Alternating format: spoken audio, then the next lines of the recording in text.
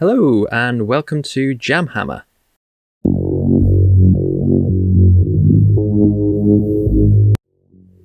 In this video we're going to be taking a look at all the steps you need to take to get your miniatures from disembodied, macabre pieces into fully formed miniatures, all assembled, ready to go, ready for that first lick of paint. So here we have a Dark Angels tactical squad. Now, if you've been following along, this is a unit from the Dark Vengeance box set. If you've not had a look, we did an unboxing of what was in that set from 10 years ago, if not longer. So I'll put a link to that video here. You can check that out. We can look at the contents that are in this box. You still pick it up secondhand from places, and you get some really nice Dark Angels miniatures in that, ready for getting set up for the 9th edition Dark Angels rulebook that's recently come out. In that video I mentioned that I got these miniatures.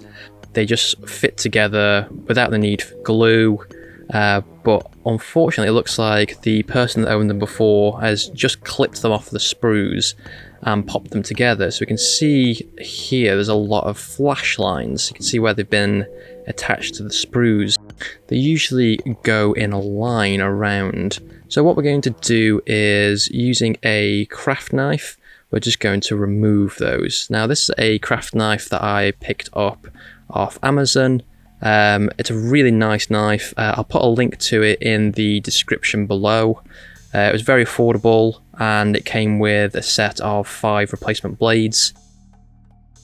The blades sit really nicely in the holder as well. Like, worst thing you want when you're handling something like this, very sharp, very dangerous, is for that blade to fly out and drop somewhere. So it's a really good product. I would recommend. Doesn't cost you any extra to use that link, but it does give a few pennies towards the channel, so it'd be great if you were looking to purchase a knife to use that link, and it helps support the channel as well. So what you can see I'm doing here is not actually using the blade from the knife, but using the back of it just to scrape away some of those little bits of flash along the miniature. Now, you can use the front of the knife to take out some larger parts, but you want to be really careful. Like, although the plastic is quite rigid, the knife is exceptionally sharp. So as well as being careful not to hurt yourself or cut yourself, you want to also be careful that you don't accidentally slash or take chunks out of your miniature. Now, in order to find the flash, you'll see that where the miniature has been sat in the mold, that you have this mold line that's sort of going around the circumference of the miniature here. So you can just go along that and very carefully just scraping along that edge. You can see that the plastic comes up quite nicely, and that just smooths that out. Make sure to just check all over and see that all the lines have been taken care of. And this guy's looking good. And then just move sequentially through them. So let's look at the tactical sergeant here. We've got some flash here along the chainsword edge. So we're just going to scrape that away, and then we'll work around that 180 degree line and take off any other little bits that we've got here. You've got all your models nicely assembled, ready to get based. Let's just move them out the way. It's often nice to, I'm not just arranging these guys into a conga line. That's partly what I'm doing. But also, it's just nice to be able to move sequentially through them. So, working from left to right or whatever direction, so you know where you are. Now, I had a look around, and it seems that not all PVA glues are made equal. So I got this very strong, what's it called, PVA bond. It's still glue, but it has like a much stronger hold. I also just in a drawer found this bottle of Superglue. Got an old paintbrush for helping to apply the glue. Now, what I'm going to be using to base these is a combination of sort of old ground up tea and coffee that's been dried out. So I'm just going to pop down some PVA glue and then dip the models into this. Also here I've got some pebbles and rocks that I found outside. These have been scrubbed, sort of sat in some boiling water, scrubbed with a toothbrush and some dishwashing fluids. I then dried them out, and I also popped them in the oven at a low temperature just to really dry it out and kill any other bacteria that might be resident on there. Just at a low temperature. I put them in at the same time as I was doing the tea and coffee. So just looking through these, a lot of the stones that I found are way too big for this scale. I've come to realise. I think it looked like my marines were going through some really massive boulders, and I don't think they'd fit on these 25mm bases. I know that we've moved on to 32mm bases now, but I don't particularly mind. I'm just going to stick with these bases because I don't have any others. And of course, as ever with this channel, these stones are being kept in an old mustard jar. You know, got to recycle, got to use any resource you can find when you're doing a cheap hammer. So rather than the PVA glue, I'd recommend that we use the Superglue for these stones, because it's got although the bond isn't as strong over time, it dries really quickly. So we just want to get these in place with that Superglue, hold them in place as quickly as possible, and glue it to your finger. That's great. You gotta be careful with this Superglue. It really does bond very quickly. I think I managed to get it. I'm just gonna leave it all dry and hold in place, not to worry. It's where it needs to be. So it's going through. You can put these down dry first just to see how they look, but I'm just going to use some of these stones here because these bases aren't great. You can see there's like a little bit of a mold line. So I'm just going to cover that up with this nice big rock. Which will look okay if I could get the rock in place. If you have a pair of tweezers, that might make this job a little bit easier, and it might stop you from gluing rocks to your fingers, unless you're into that, you know. I'm just going to try and cover up this line here as well on the base, like these being the sort of easy fit miniatures. They've got these bases with the plastic rail between the feet, so the model's just sitting there. So I'm just going to try and cover that up with this nice big rock. Don't have to base all of them with these rocks, otherwise it might start to look a little bit samey. So just a couple here and there, adding in a little bit of variety, a little bit of flavour, drop it on the floor.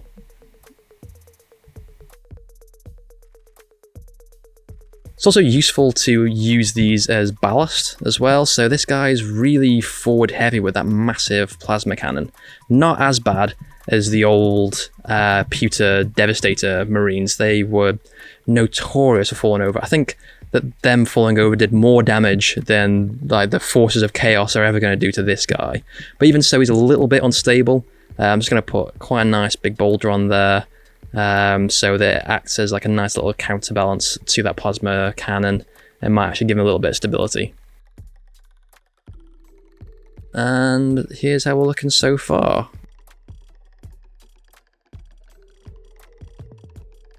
As you can see, this is the first one we had some trouble with. It's already bonded in place. We can do the meringue test on it.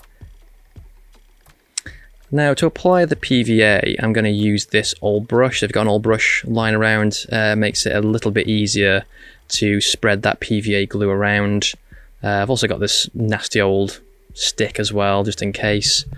Got our base materials, and here's the PVA glue. I'll leave a link to this PVA glue in the description below.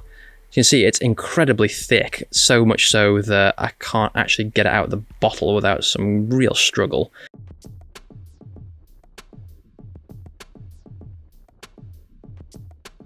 So yeah, definitely important to clean out the nozzles as well on these things, just so they don't end up gluing shut. I've lost more glues to them being glued shut than anything else. So using that old paintbrush, just going to pop this around the miniature here. Just a little thin coat where you want the material to go. So again, I'm just going to try and cover up that strip in the middle there. Now, by all means, you can coat the entire miniature here if you want texture on all the base. I kind of wanted a little bit of the original base showing too. I want to try and create sort of an idea of it being like an old tarmac surface. There's only like little bits of terrain. So I'm just going to dip the miniature into the materials I've got here, the coffee grounds and the tea. And we can see that it is adhering to the glue as well as my fingers and thumbs, and also it's sticking to the legs of the miniature a little bit. Now there's no glue on there, so it won't stay. So you could just try blowing that extra dust away or knocking it off. So moving on to the next miniature, same thing again. I'm just going to pop a little bit of glue around the front here. So this is helping to hold that boulder in place. Coating over that ugly little plastic stick again. You can see as well I'm just wiping away any of that glue that sort of protrudes over and gets onto the side of the base. Just don't particularly want any texture there, so just wipe that away with a finger and wipe off a little bit of kitchen paper or something. So he's going in as well, same, just move him around in the base material. You could use sand, any of the actual basing materials.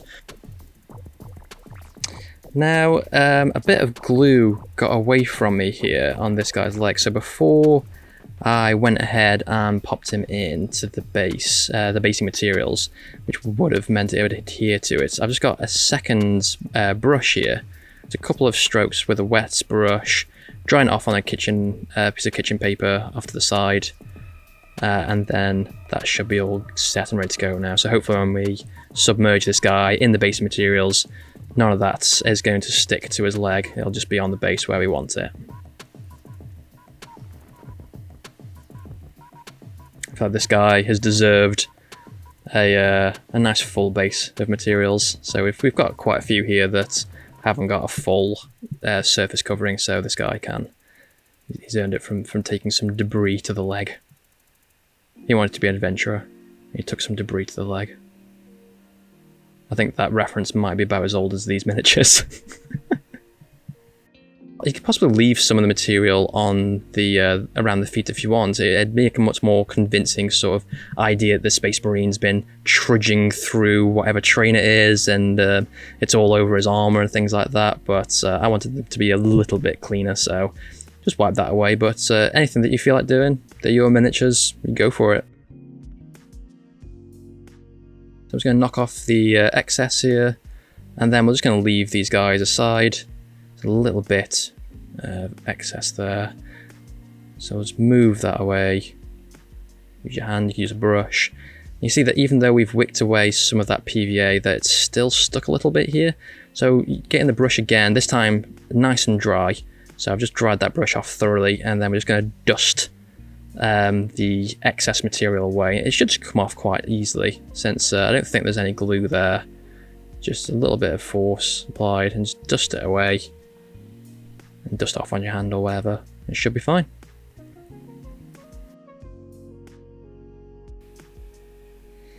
Alright, so let's take a closer look. And here's what the tactical squad looks like at the minute. Some nice base materials on there. There's a few of those miniatures that look the same, the same pose. So now we've got a little bit of diversity in there with these different bases. And I'm hoping that these will look really nice when we finish with them. So these are all set and ready to go. And then we can move on to the final step of prep. Okay, so these guys are now ready to be primed. So all I've got here is just a bit of old cardboard. You can see it's already got some grey paint on it from where I've been priming things before. And just some, this is just generic off-brand blue tack, so much so that it's white.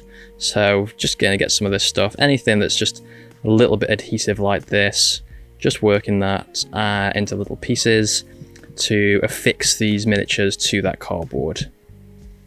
So just work this into a nice squidgy blob, pop it on the base, and then affix that miniature to the cardboard.